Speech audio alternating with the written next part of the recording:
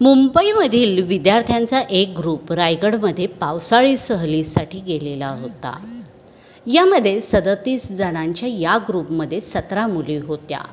सोडाई किल्ल्यावर हे सर्वजण ट्रेकिंगसाठी गेले होते. तेथे परतत असताना धावडी नदीच्या बंधाऱ्यावरील सावड्याखाली डुंबण्याचा आनंद घेण्यासाठी हे सर्व विद्यार्थी तेथे थांबले.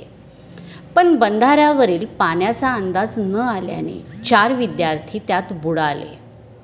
4ही विद्यार्थ्यांचे मृतदेह बाहेर काढण्यात आलेले आहेत. खालापूर तालुक्यातील वावर्ले गावात पोलखर्डीजवळ इथली ही घटना आहे. सत्य साईबाबा बंधाऱ्याजवळ हे 37 विद्यार्थी-विद्यार्थिनी पावसाळी सहलीसाठी गेलेले होते.